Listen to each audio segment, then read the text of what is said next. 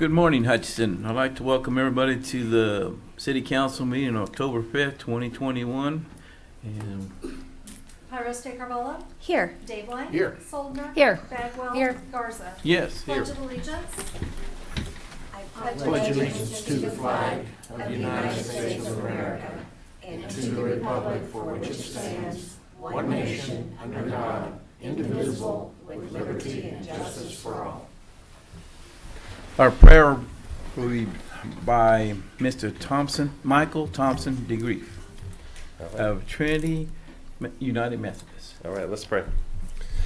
Almighty God, we're grateful for this beautiful fall day, for this community that we all live in, and for these officials that have been elected to serve Hutchinson. Ask for your blessing upon this meeting. Lord, grant them wisdom as they make important decisions for the common good of our community. In the name of Jesus Christ we pray. Amen. Amen. Item 4A, a proclamation for Fire Prevention Week.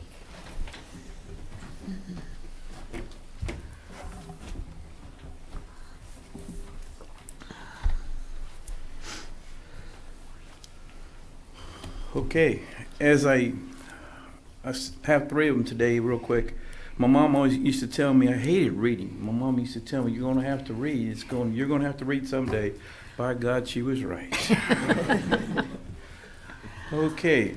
Whereas the City of Hudson is committed to ensure the safety and security of all those living and visiting our state, as home fires kill more than 2,770 people in the United States in 2019. According to the National Fire Prevention Association, the fire departments of the United States responded to 339 500,000 home fires.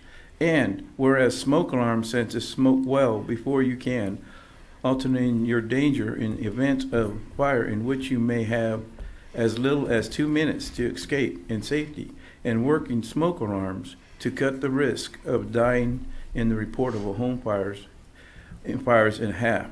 And whereas the residents should be sure and everyone in home understands the sounds of the alarms and knows how to respond, as those were planned in practice as a home fire escape plan are more prepared, will therefore be more likely to survive the fire.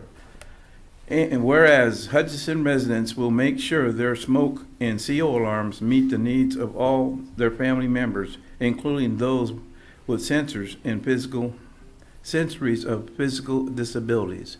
And whereas Hudson first responders are dedicated to reducing the occurrence of home fires and home injuries through the prevention of protection and education. And whereas Hutchinson residents who are responsible to the public education measures are better able to take personal steps to increase their safety from fire, especially in their homes. And whereas the 2021 Fire Prevention Week theme, Learn Sounds of Fire Safety Effectively, serves to remind us to learn different sounds of smoke and carbon monoxide alarms. Now, therefore, Stephen Garza, Mayor of Hutchinson, Kansas, do by proclaim October 3rd through the 9th, 2021, Fire Prevention Week, and urge all people in Hudson to be aware of their surroundings. Look for available ways to, out in the event of fire and other emergencies, respond when the smoke alarm sounds by exiting the buildings immediately, and to support many public safety activities and efforts of the Hudson Fire Department during the Fire Prevention Week. Thanks, guys. Thank you, guys. Must say a word. During this week, we just want to remind everybody to check your smoke detectors at least once a month, change your batteries twice a year, practice those home fire drills. It's one of the most important things you can do for your family. Teach your kids how to open up the doors, how to open up the windows, where their meeting place is in the front yard, because that's always our first question when we show up is everybody out? If there's somebody still left in there, we want to know that so we can go in and get them. So please practice those fire drills. You only have 2 minutes to get out anymore. It used to be you had a lot longer, but with today's building materials and construction methods, you have 2 minutes to get out of your house. So you have to know the way out. You guys have any questions? I just want to say thank you to Fire Marshal Arpin. This is his last Fire Prevention Week. He is retiring in December. Oh. And the thousands and thousands of children that he's educated in this community has been priceless. And so I just want to personally say thanks, Tony. Appreciate all the dedicated work during Fire Prevention Week and throughout the year.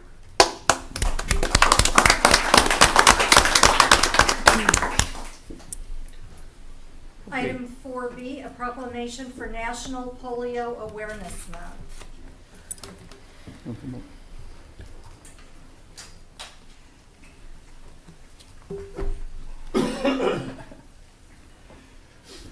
Okay, whereas polio is high in infectious disease caused by viruses that invades the nervous system and can cause total paralysis in a matter of hours. And whereas polio affects mostly children and some young adults, but polio vaccine can protect a child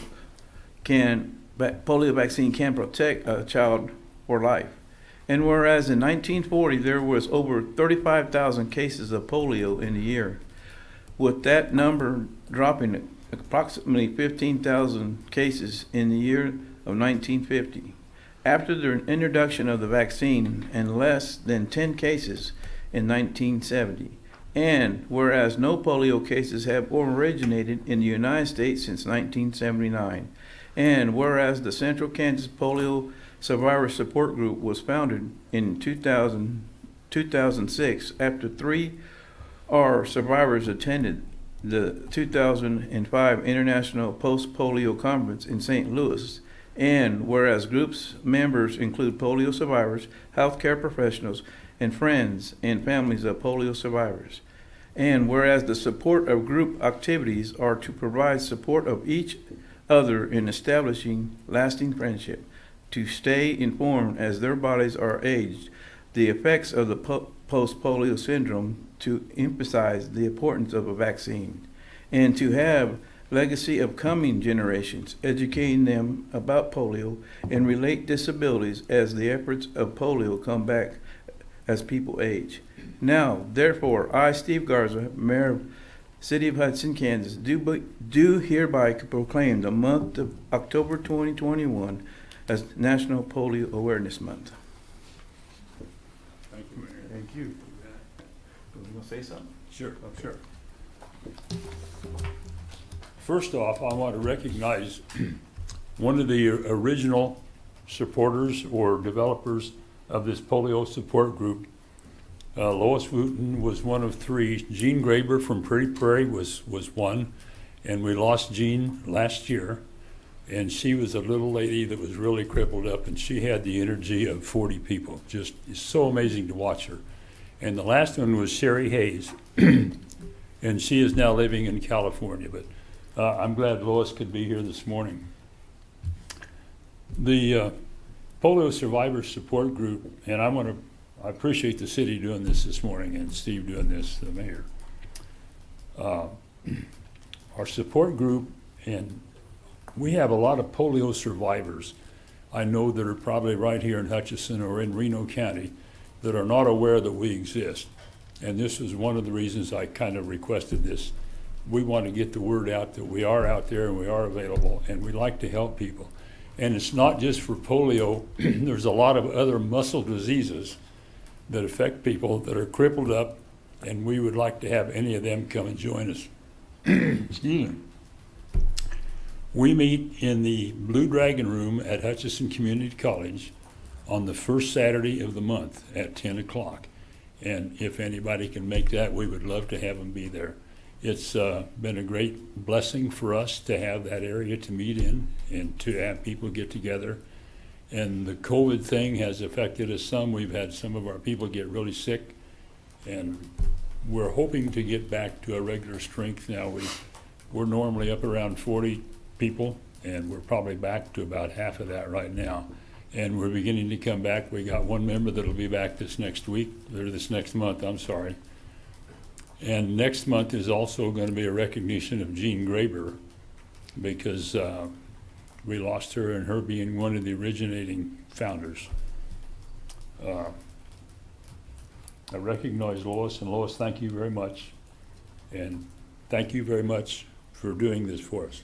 Appreciate it. Thank you for the opportunity to let everybody know about our support group. It's a great positive influence and it helps everyone. Thank you. Thank you. Item 4C, proclamation for National Community Planning Month.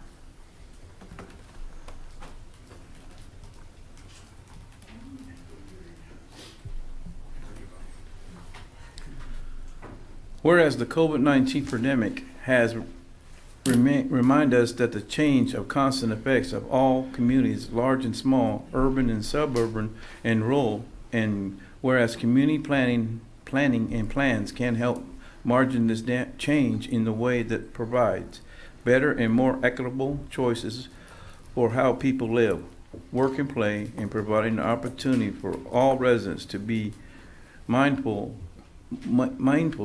to involve in making choices that determine the quality of life and future of their community. And whereas the full benefits of planning require public officials and citizens who understand, support, and demand excellence in their planning and plan implementation. And whereas the month of October is designed as National Community Planning Month throughout the United States of America and its territories. And whereas the American Planning Association is a professional institute of the American Institute of Certified Planners, and the Kansas chapter of American Planning Association endorses a National Community Planning Month as an opportunity to highlight the contributions, sound and planning and plan implementations made by the quality of our settlements and environment. And whereas the celebration of National Community Planning Month gives us the opportunity to publicize and recognize participation and dedication of the members of the Hudson Planning Commission and the City of Hudson Council and other citizens planners who have contributed their time and experience to improvement of the city. And whereas we recognize the many valuable contributions made by the professional community planners of the City of Hutchinson in Reno County and extend our heartfelt thanks for the continued commitment of the public service of these professionals. Now, therefore, I, Steve Garza, Mayor of City of Hudson, Kansas, do hereby proclaim October 2021 as Community Planning Month in the city of Hudson in conjunction with the celebration of the National Community Planning Month. Thank you. Thank you. I'll say a couple of words and then turn it over to Jackson Swear, the chair of the Hutchinson Planning Commission. National Community Planning Month is a celebration and kind of a reminder to our communities the importance of planning. We often, in the Planning and Development Department, we're looked at as kind of the zoning department, or we're the ones that kind of help get permits through. But we do a lot more than that. Really, just in this past year, we've been very fortunate to be able to do things like grant administration and things like that for some of our small businesses as we all try to kind of come out of this pandemic. But yeah, really, the real kind of heroes here are citizen planners, and that's what planners call people when they come to the Planning Commission. And so I wanted to turn over to Jackson a little bit and give him kind of an opportunity to speak a little bit about planning from the Planning Commission side and from the resident side. So, Jackson. Thanks, Ryan. I just want to start by saying a brief word of thanks to our planning staff. I think that they do excellent work, and I think that there's been, particularly since Ryan has taken over the department, I think there's been a real improved culture of helpfulness, and we see some of that in some of the work that they've done in helping to administer these grants as well to help with some small business development. And I will point out, perhaps because Ryan wouldn't like to, that the planning department has been sort of chronically understaffed, and I think that makes their efforts to do this work even more impressive in my eyes. And so I hope that as we can staff up that the planning department, we can continue to do great work.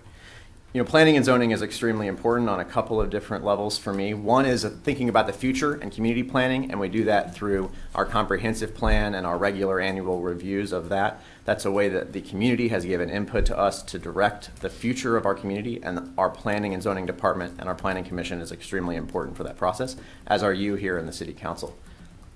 And the second thing that we do is we work to try to balance the rights of different property owners and their neighbors. Often we see someone who wants to do something or someone who is complaining about somebody else doing something, and we don't always see the other side of those stories. And part of the work of the planning department, the planning commissioners, and you here in the city council is to understand that we're trying to balance the property rights of people who want to do something and their neighbors as well. And getting that balance right is hard. It's not always easy, and it doesn't always get done perfectly. But if we continue to work on improving our zoning ordinances and improving our processes, I think that we can get closer to the best process possible. And so just as a closing note, I would invite anyone from the public who is interested to learn more about how the Planning Commission works to get on the City Council website. You can set an alert so it will send you an email when the meetings are coming up. Feel free to come in, observe the process for the City Council as well. I think that could be helpful. And then I think if we have another opportunity to do some training around what a conditional use permit is and special use permits and variances and things like that, that might be a good opportunity to drop in as well. So I would invite folks from the community to learn more, to volunteer to be on the Planning Commission. We need people to constantly be filling into those roles. And it really is truly important work for the future of our community and for resolving critical issues that are coming up. So thank you. Thank you. And Ryan, I did also just want to echo a lot of what Jackson said and say thank you for your responsiveness and your openness to looking at ordinances and reviewing them upon request, but also your ability to anticipate what better fits our community and your proactive stance on trying to retool ordinances as needed to better fit the culture of our community. So thank you for all your work during this understaffed time. I know it's not been easy. Well, thank you. I've got a great team that really they do a lot of the work, so I'm immensely grateful for that. So thank you. Item 5, oral communications from the audience.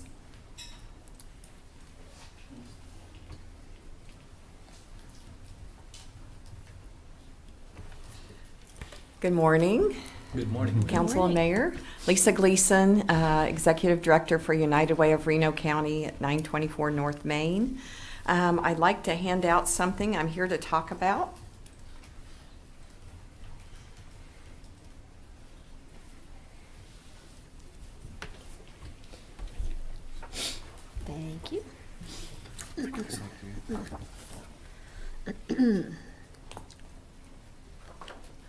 So United Way and Resilience Reno County would like to invite the community to participate in a poverty simulation.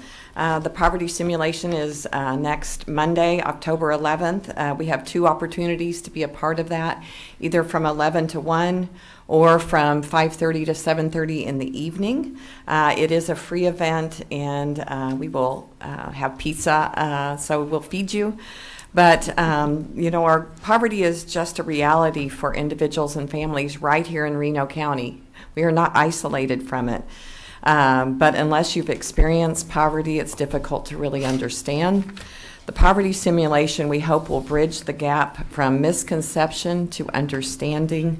And it's an interactive immersion experience where we hope it will sensitize our community participants to the realities of what living in poverty is really like. But poverty simulation is not a game. It's really based on real residents and their lives here in Reno County. So our goal is to promote poverty awareness, and during the simulation, role play a month in poverty and experience what a low-income family does live with here in Reno County. We hope to increase your understanding. After the simulation, we'll try to unpack your learning and brainstorm how we can create community change together. We hope to inspire some local change, that together we can be a voice to end poverty right here in Reno County.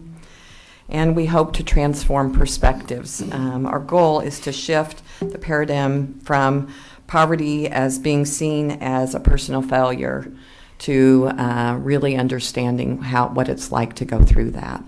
So we'd just like to invite members of the council and the community to participate. It is going to be at the Pavilion, which is on the Hutchinson Regional Healthcare System at their land.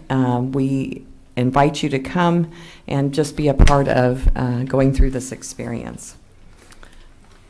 Thank you. Got a question for you. Yes. So we live in tents, so what do we do? How do we do this? So you would be a part of a family. You'll be grouped with other members of the community and be a part of a family. And you'll actually get to just experience exactly what someone in the day of a life might experience.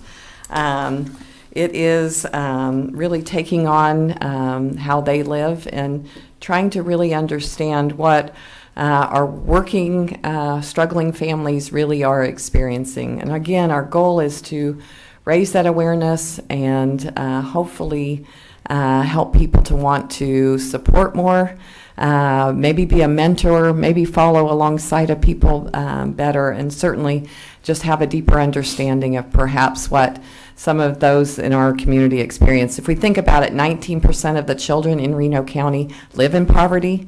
That's 1 out of every 5 kids. We want to be able to help them, set them up for better success. So how can we provide families the tools and resources they need to help to get stronger and more stable? Okay, thank you. Thank you.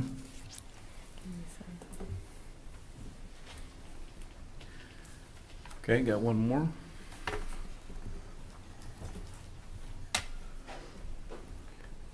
Jesse Juma, 67502.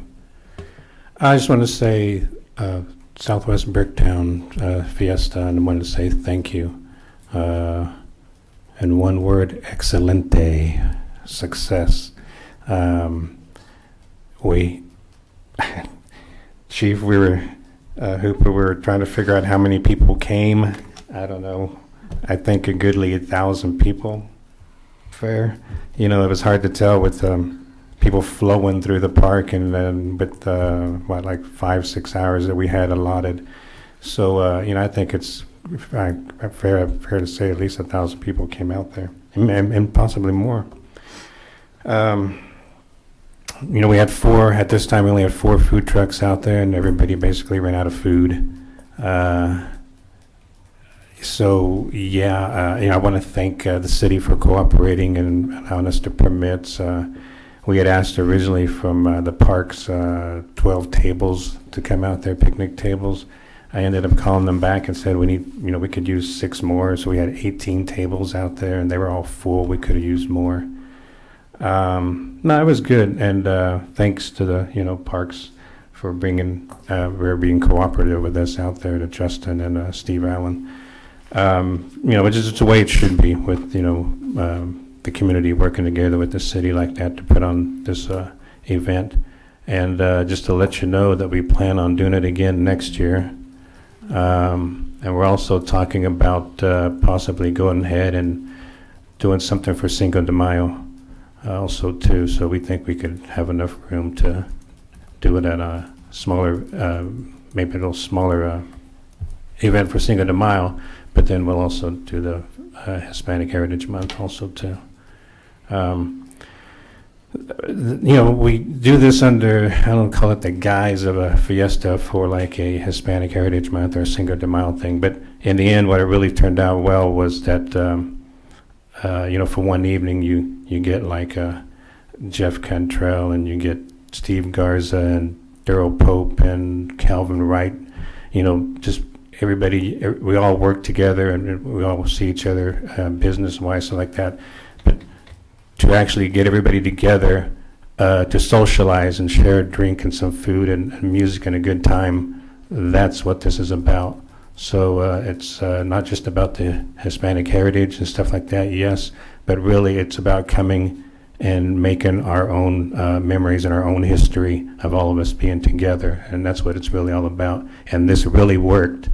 Everybody kind of came to the consensus that it really felt more like a backyard barbecue party in the park, so everybody's really had a good time and got along. So just want to say thank you to the city, thanks everybody who came out, and we're ready to do it again, so thank you. Very good. Yes, thank you very much. I know that the kids had lots of fun. Okay, anybody else? Okay. Items 6A through C, consent agenda.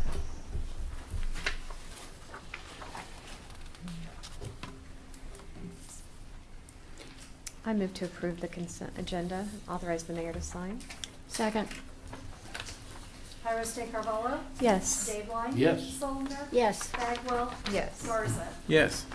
Item 7A, consider resolution approving the Toys for Tots fundraisers at the Alley as a special event in a designated entertainment district. Paul Brown, City Attorney. Council, we've got a couple of these resolutions for special events. The first one is Toys for Tots at the Alley. You'll know the Alley is at 23rd and Lorraine, their facility. They've got the outdoor dining area on the north end of their building. They're just talking about those lanes of parking immediately adjacent to that and north of their area for the Toys for Tots event, so that they can serve alcohol in this area. Our ordinances require that they have a resolution for even a private parking lot, and that's what they're asking for here, and I'd ask the council to approve that.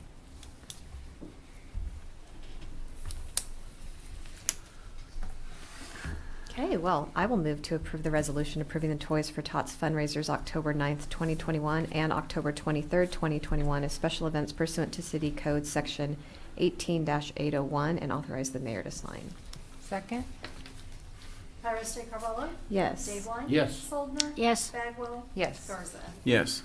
Item 7B, consider resolution approving the International Credit Union Day event as a special event in a designated entertainment district. And this is the second request. This one is in conjunction with a third Thursday event, International Credit Union Day. The credit unions are sponsoring this. The area that they're wanting to use is a city parking lot. It's the one between Pillar and I think that's a bakery just to the south of there. Which we've had many events in that parking lot. But they want to be able to serve alcohol there. In order to do so, they have to have a special entertainment district, and that's the purpose of this resolution. We'd ask the council to approve that resolution. I would move to approve the resolution approving the International Credit Union Day event October 21, 2021 as a special event pursuant to City Code Section 18-801 and authorize the mayor to sign. Second. Iris De Carvalho? Yes. Dave Line? Yes. Soldner? Yes. Bagwell? Yes. Garza. Yes. Item 8A, consider 2022 residential street maintenance project. Good morning. Good morning, Mayor and City Morning. Council. How are you guys this morning? Good. Things are moving along pretty good. Yeah. So hopefully I don't put a wrench in that. Today I just wanted to go over our residential street maintenance project and kind of some things that we do going to put together this each year. First of all, this year we have about $794,000 per our the city's budget that was approved a couple weeks ago. It comes from various sources. The quarter-cent sales tax, which is the lion's share of it, which is also supports the Cosmosphere and Stratica, the Growth Fund, Special Street Fund, and General Fund. So it's at $794 this year. It's $100,000 less than last year's, but we'll try to make as much progress as we can going forward. So I know this slide I've used it numerous times, but I don't really need to recycle it. But it does show that the importance of the timing of preservation or maintenance on our streets. If we can do the maintenance or preservation on our residential and arterial streets, when they're still in pretty good shape, we can keep extending the life of those streets and pay less to maintain them than to actually do a reconstruct or other types of work that we'd have to do. On the bottom, essentially as years on the bottom axis, the vertical axis, it shows the pavement condition index, essentially 100 being the best, down to 0. In 2012, our pavement condition index, and this is all of our streets, was 70. In 2017, when they did the last study on our streets, it was 65, so we had dropped a little bit. So we do try to make a big effort and get as much bang for our buck going forward to promote our residential street maintenance and our arterial street maintenance projects. So it's kind of the last year of our PCI study. That part wasn't approved in the budget next year, so we'll be asking that for next year. It kind of gives us a snapshot of our streets and identifies the streets going forward, so we can prioritize the different preservation methods or different maintenance on our different streets throughout the community. This is a very busy slide, I understand that, but I wanted to just talk a little bit about what goes into just putting together our project each year. So if you look at the legend on the left-hand side, it shows different things that we go out and identify. Drainage problems, if we need a full depth repair, there's a hump that needs to be taken care of, some cracks, or if there's a patch that we need to do because we have more damage on the street than we already had, than would take if we just do the project over it. Engineering works really close with the Public Works Department to complete a number of these things. We individually go out, the engineering department goes out and drives the streets and identifies those drainage problems, which essentially are curb and gutter dips that hold water, and if they hold water into the street past the curb and gutter, that's kind of our criteria on getting those repaired. That is bid out separate, and we'll talk about that later. The other locations we do try to identify and take pictures, and they're geocoded, and this map is used by the Public Works Department to identify the locations that we've actually identified for like potholes or other types of repairs that are needed. So if you see all those different types of items and those dots, this is actually from this year's project for the different repairs that are going to be needed in that area before we even get to the point of doing the not mill and overlay, the chip seal project. So the Public Works Department goes and fixes those locations, and then they actually take a picture of that location so we know that it was completed. So we have this data about the repairs that are completed on each of the streets throughout the area that we're going to be working on. So they do that prior to, of course, the chip seal portion of the project. And while that's going on, in order to prepare the drainage repairs, curb and gutter repairs, the city goes out and surveys all those and puts together, like we did this year, a project that is bid out and to identify those locations and repair those locations prior to having the chip seal project start, so. So anyway, any questions on that part? I know it's busy, but it kind of shows all the things that goes on in an area that we do and work together. Where's the little green completed ones at? Well, they'll be getting started on that, 'cause since we're just getting going. That has to be completed by the spring, so they'll work through that over the fall and the winter, so. What is the time frame between somebody reporting a pothole on the website and it actually getting done? That I don't know. That's more the public works side of Okay. things. But we do identify those and take pictures of those, and they come out and fix those as we work on to that. There's other repairs that are needed in that area also, so. Jeff, with $100,000 less in the budget for 2022, have you estimated the reduction of lane miles that will be? We haven't yet. in That's street maintenance. We haven't yet. That's kind of a moving target because prices vary over the years, and I don't know if this year any of the inflation or the rising fuel costs, oil costs might impact that. I don't know that yet. So it's most of the costs of our street project are in actually the chat or the rock that we use, but there is a portion of it that is associated with the oil costs too. So I haven't yet, John. That's a good question, and as we go out and bid this project, maybe we can try to put together something that we could identify on that. So when you line item that reduction, does it come out of the, is it less in the quarter-cent sales tax or the growth fund or the special street fund, or have you determined where that reduction is coming from? Actually, this year the reduction is more due to we have less reserves. Each year we've spent down reserves over the years, so we try not to. We had depended on a large portion of some of these projects were reserves. The reserves are essentially the difference between what the actual bids have been in the past and what our actual budget has. So there is a little bit, but we do want to keep we've been working that down and trying to work close to what the actual budgets are. So that's generally where it's not showing up, because in the past we had that a little larger reserve that we could take advantage of and to kind of bump up those projects, John. So. Thank you. Jeff, I appreciate you going through the process of selection, and if you could work with Rebecca to push that information out on social media, I think that would be really helpful, because I get a lot of questions when street work is done. Why are you working on that?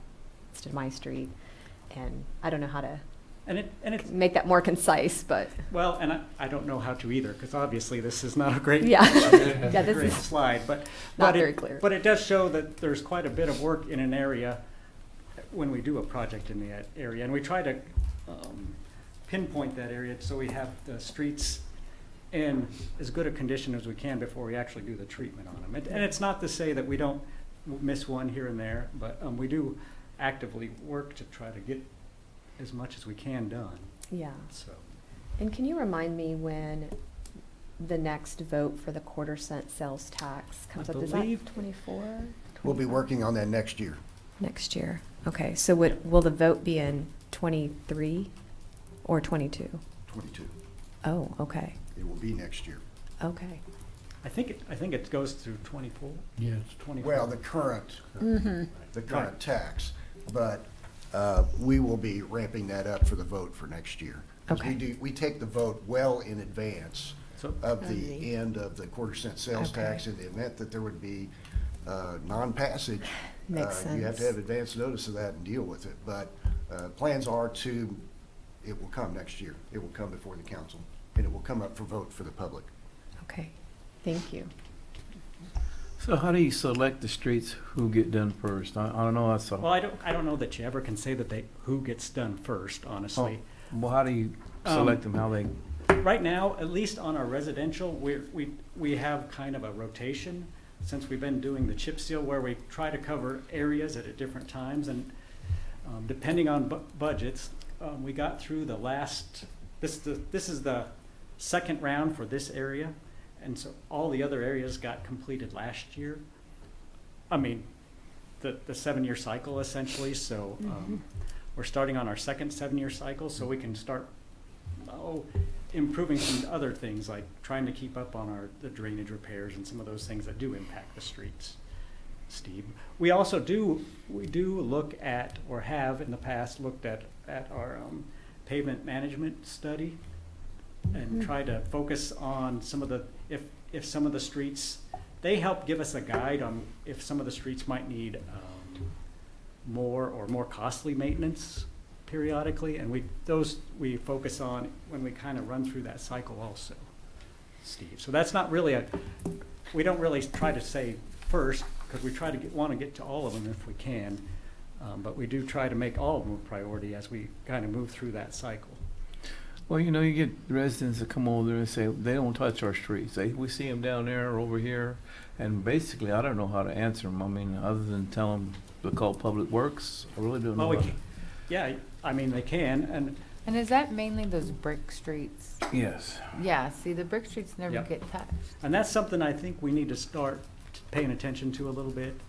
There is going to be some costs of that, which would reduce some of the other type of maintenance on other streets, but we haven't really taken into account we don't do a lot of maintenance on the brick streets, and I know some of them are getting pretty rough, and there's some that are still in pretty good condition too. They've served us very well.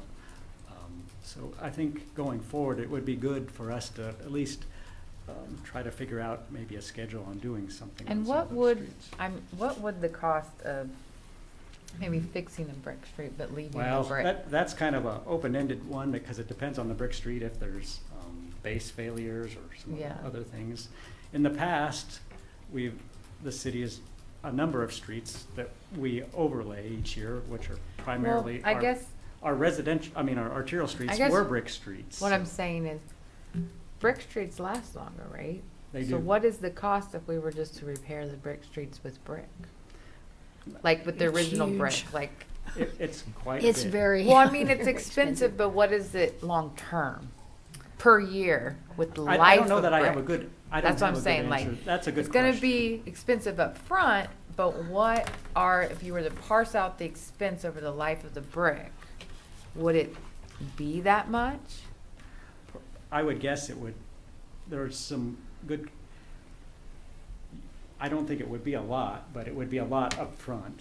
Yeah, it'd be a to lot up finance. front, but I'm talking I about don't know longevity over exactly. the course of, that's something I would like to have information on.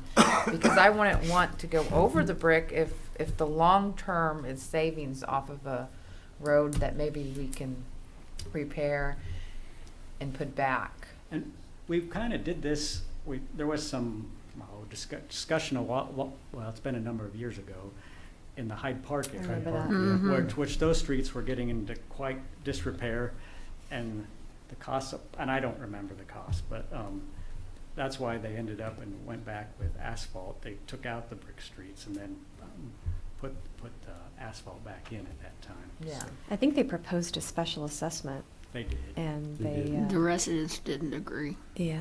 That was And too I much. believe that's one of the policies of the city on brick streets, but it's been a while since I've visited that. So. Yeah, I'd just be curious if the life, what the upfront cost would be parsed out through the lifetime of the brick. Not a lot of people do that type of work anymore, and it's very labor intensive, so it's, Yeah. I don't have a good idea of that. We haven't did anything in the area that we'd have to I'd be curious to know. see what some other communities may have handled that. Okay. Thanks. 90% of my questions is about Brick Street, because I'm on this side and everybody's asking me, so maybe we need to start looking at how we can get them fixed. I mean, try to start on something, a plan. And I think that starts with analysis of cost and longevity. Mhm. So I would like some information. I think it's something we need to look for. I don't think we can continue to just not do those roads anymore. Those are the roads that we continue to ignore. And I believe that something needs to be started now, so that we can get some commitment to those people within the next few years. And there's and it goes both ways on some of the brick streets. People want the brick streets, but then some people would rather not have them. Have you too, so tried going, have you ever been handicapped and tried going I down? have not. So those I do know streets? that's a difference. Have you ever been handicapped and tried going down some of our sidewalks in those areas? I would encourage you to try it. Well, no, I know our sidewalks. I understand that some people might say there's a deterrence. Well, we could make some roads nice and maybe put a couple speed bumps in. Well, I'll kind of continue here. Okay, thank Is you. that, no, that's good. That's fine. One of the first things we try to do on the streets before we do the chip seal is complete crack sealing on both our arterial and residential streets. Again, this year, we're going to bid the crack sealing on the residential streets with our residential street program. The city forces, and they've been short people, are going to continue to focus mainly on our arterial streets this year to try to keep those, get those caught back up to where we can have them ready for the next time we use to do work on those. So it's really the cheapest way to keep our streets in good condition, keep the water from getting into the street itself, causing potholes or other types of failures. So that's our kind of first line of defense. And then again, this is from last year's area, one of the drainage repairs that we had completed before, where water's standing in the street more and in the curb and gutter.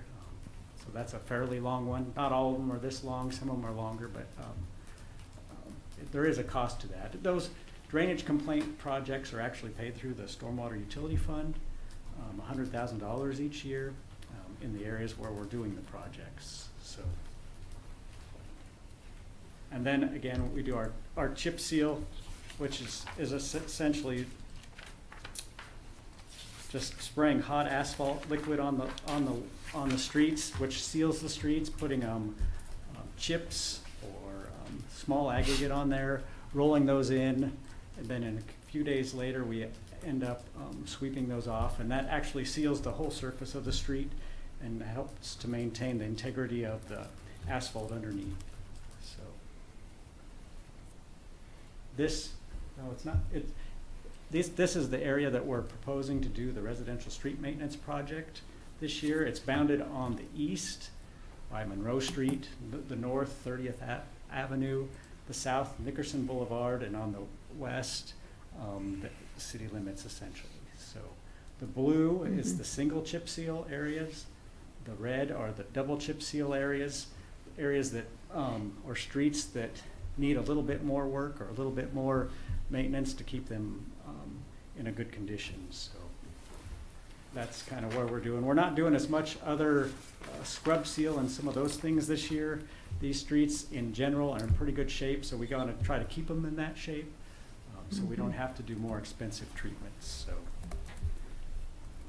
that's essentially my presentation. So I do recommend that approval of the residential street program for 2022. We plan on advertising this project in a couple of weeks, so the bids will be taken late October, early November, and then we'll bring the bids back to the council for approval at that time. So, any other questions? I would move to approve the 2022 residential street maintenance project. Second. First, Carvalho? Yes. Dave Yes. Solinger? Yes. Bagwell? Yes. Garza? Yes. Item 8B, consider reported bids for 2022 drainage repair project. Good morning again, Jeff Peterson, Director of Engineering. Last Tuesday, we opened bids. We had 3 bids for the 2022 drainage repair project. The low bid was from Procon Construction LLC in the amount of $193,770.70. This includes curb and gutter repairs in the area up where we're doing the residential street maintenance project. It also includes curb and gutter repairs along Severance Street, which will end up being included on our arterial street project. There's quite a bit from 23rd to 30th. I'm sorry, I should at least tell you the area. There's quite a bit of curb and gutters in that area that are getting to need work before we actually do a project on there. And then also it includes some street and driveway concrete at Fire Station number 3, which is located at Avenue E and Walnut Street. The street and the driveway have been starting to fail. Just, I think it's from the pounding from the loaded fire trucks entering and leaving there. That street really isn't as one of our Wasn't heavier duty designed. streets, so Yeah. we're going to repair the street before it gets totally in really bad condition, as well as repair the driveway that's starting to fail at the street locations. So anyway, the bid was below the engineer's estimate and below the available funding amounts for the different portions of the project. So I do recommend the approval of the bid of $193,770.70 and authorize the mayor to sign a contract with Procon Construction. I should bring up one thing before, as we go into this. The drainage repair portion of the project came in very well at $61,000, so we will be adding more drainage repairs in the area of our residential street project, and if we finish those, we'll branch out to other parts where we actually have drainage complaints and those types of things that come up from time to time. So that would probably come back to you at some time in the spring for final approval, since I will be over the 10% change in the whole project costs. So, but I just wanted you to be aware of that. Jeff, a little background on Procon. I'm not sure if I've ever seen that name on bids. We've used them. Have you? They're actually a number of, not an offshoot, a few of the people that had worked with Volksparga. Okay. They did our Main Street projects. Okay. And they've actually done a few small projects for the Public Works Department at this point, too. I mean, it's a lot smaller, but, so. Are they local or? They are. They're actually based out of here in Hutchinson. Oh, okay. So. Yeah. So anyway, but yeah, so you're right. This is kind of a new company that is starting to do some projects in the area. Good. Okay, I will move to approve the bid of $193,770.70 with Procon Construction LLC, subject to compliance with all legal requirements. Authorize the mayor to sign. Second? Pyrus Carvalho? Yes. Dayline? Yes. Soldner? Yes. Bagwell? Yes. Garza. Yes.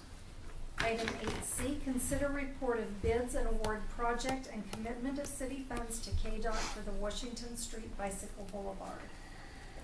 All right, one more time. Again, Jeff Peterson, Director of Engineering. This item deals with the proposed Washington Street Bicycle Boulevard, which is on Washington Street from 17th to 27th. The city received this grant in 2017, and the federal grant pays for 80% of the eligible construction costs of the work. The city is responsible for 20% of the participating construction costs, as well as any non-participating costs in the project.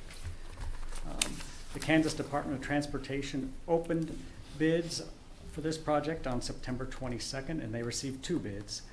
The low bid from Prado Construction LLC, they're from the Wichita area, in the amount of $479,350. Today we have a resolution that approves the bid and formally obligates city funds for the project. This project is administered and managed by the Kansas Department of Transportation, and the city is required in these types of projects to pay their portion at the beginning of construction, and then KDOT completes the payment of construction with city funds and the obligated federal grant funds for the project. The city obligation for this project is $105,000. The majority of this will be bonded. There are some non-participating costs, as we have to repair a section of storm sewer on Washington between 18th and 19th that was identified prior to the final design of this project, and we included those in the project costs. So that portion will be funded from the Stormwater Utility Fund. So I do recommend that the council approve the low bid of $479,350 from Prado Construction and authorize the mayor to sign the resolution obligating payment of $105,000 to the Kansas Department of Transportation for this project.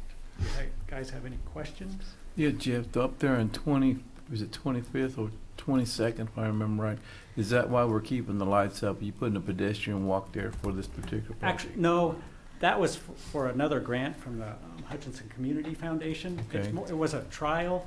Okay. We're coming into, we've had some technical difficulties with getting that worked out the way we would want to, so I'm not sure how we're proceeding on that little trial at some point. At some point, that might be good to consider a crossing of Main Street to get to the State Fair Trail. That's kind of what initially was thought for that, but that's what that's going on there. Technical on how to get it run off the traffic controller? To run like we want it to run.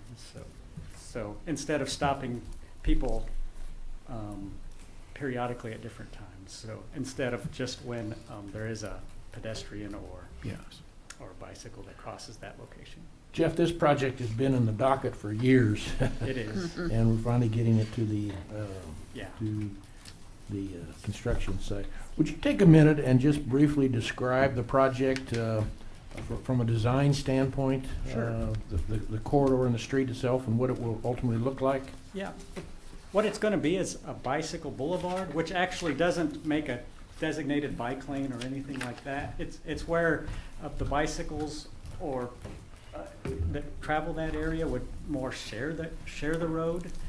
It will move some of the stop signs from the stopping on north to south to stopping east to west. So it'll make it more of a throughway, except on those major streets such as 25th and 17th, where this ends. There is going to be a couple of traffic circles, such as the ones on in Hyde Park.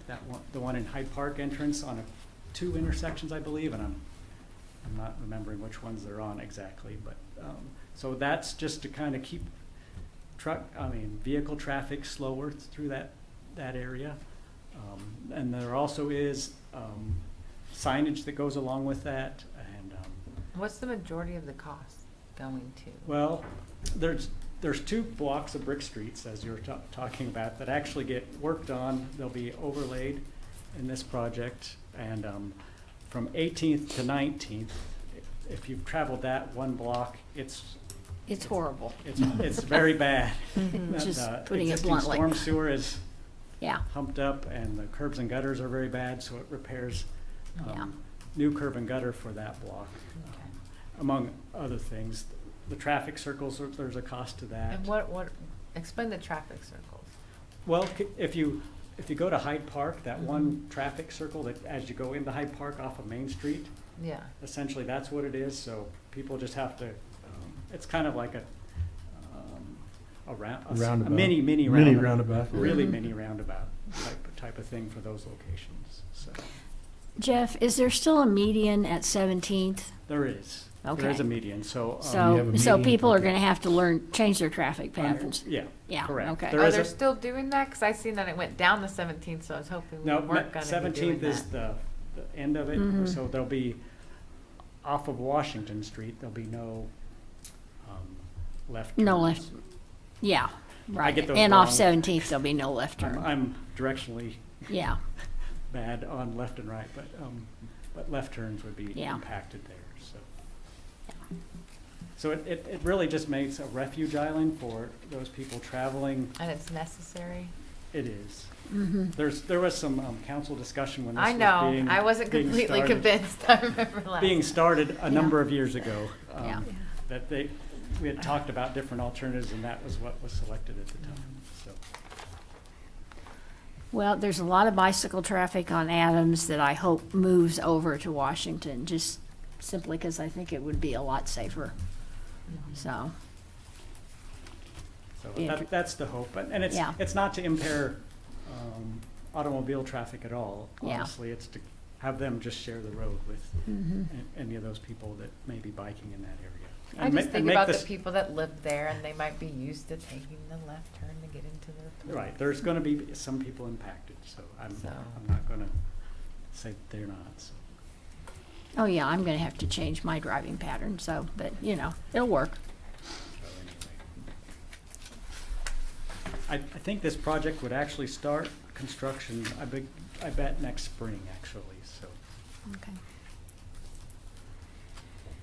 Well, I would move to approve the low bid with Prado Construction LLC and authorize the mayor to sign the resolution obligating payment of $105,000 to the Kansas Department of Transportation for this project. Second. Iris Carvalho? Yes. Dayline? Yes. Coleman? Yes. Bagwell? Yes. Garza? Yes. Well, that only took 7 years. Item 9, report of city officials. Nancy? Nothing. Dave Line? Yeah, just a question, perhaps Jeff or either one of the Jeffs, the status of the build grant. Have we heard on the build grant? Not yet. I would believe, they're statutorial required to announce those by the middle of November. Okay. So I would suspect toward the end of October, early November, that there might be some movement on that. So at this point, I don't have any insight at all, but but that's when those would be announced. Okay, thank you. That's all I have. Okay. Sarah? No, nothing in particular. Okay. Jade? I had one question.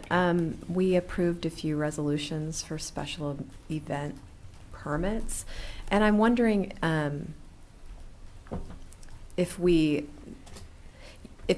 should we consider moving toward administrative approval of those, Paul, or is it, I'm just curious. It kind of adds an element of, I don't know. The problem is that it dovetails with state statute. Okay. About where alcohol can be consumed. And we have quite a framework of alcohol regulation in Kansas, and that's what it ties into. And it's not a great burden for staff to produce these. So it works well. There's really not that many overall. So that works as well as anything. But administratively, we cannot. And it's a pretty low burden for applicants as well. Oh, yeah. Okay. Yeah. Okay. I was just Usually curious. Usually it's kind of an aftermath of the event application that's submitted and then goes to all the department heads. That's usually the greatest consideration. And then if they're serving alcohol at their event, then we just tell them, okay, if it's going to be in this area, then you need a special event resolution. Give us a little map, we'll put it together and have the council approve it.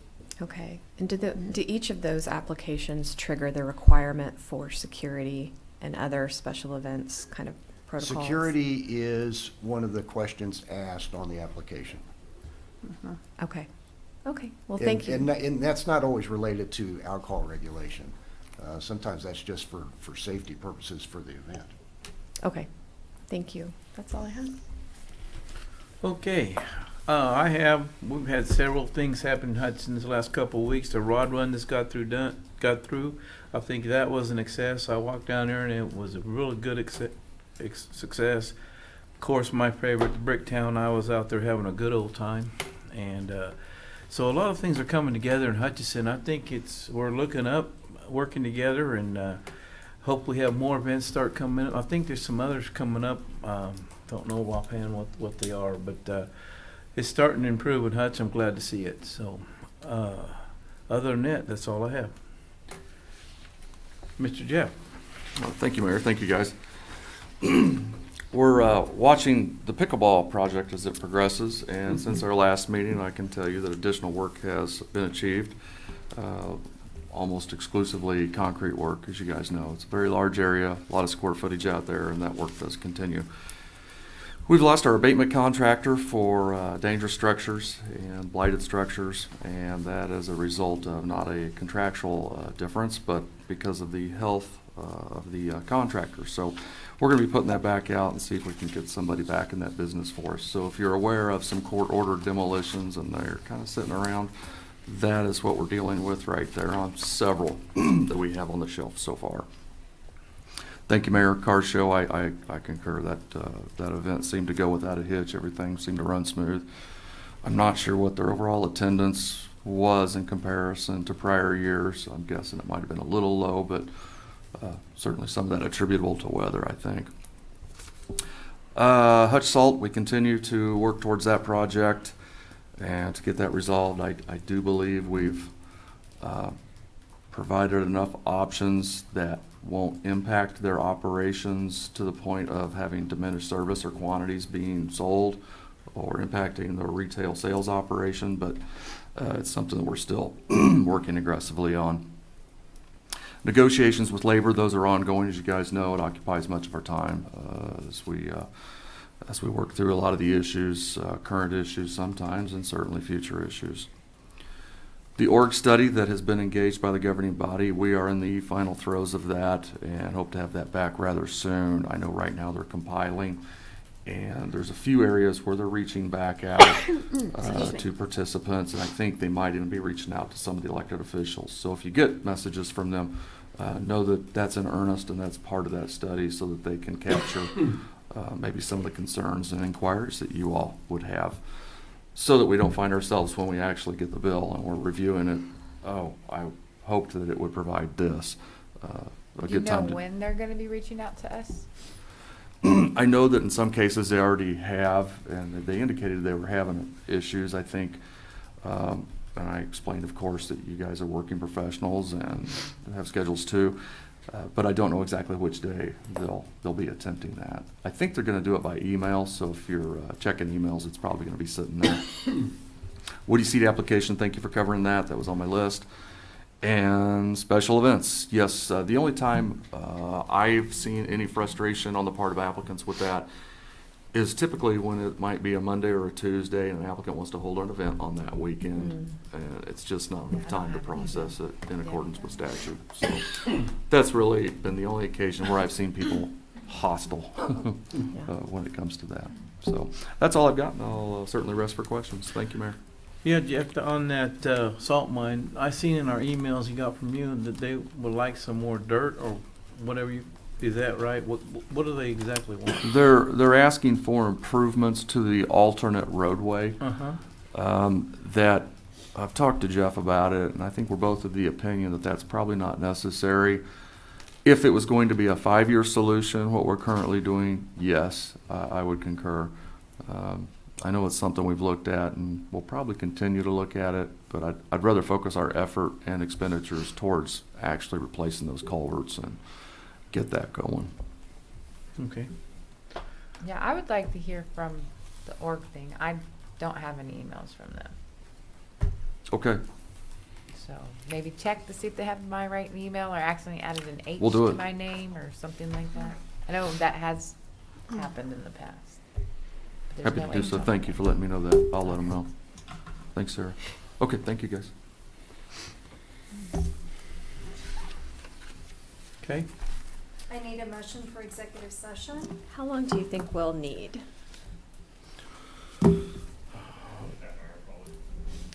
Okay. I'm always told I don't pick enough time, so yeah.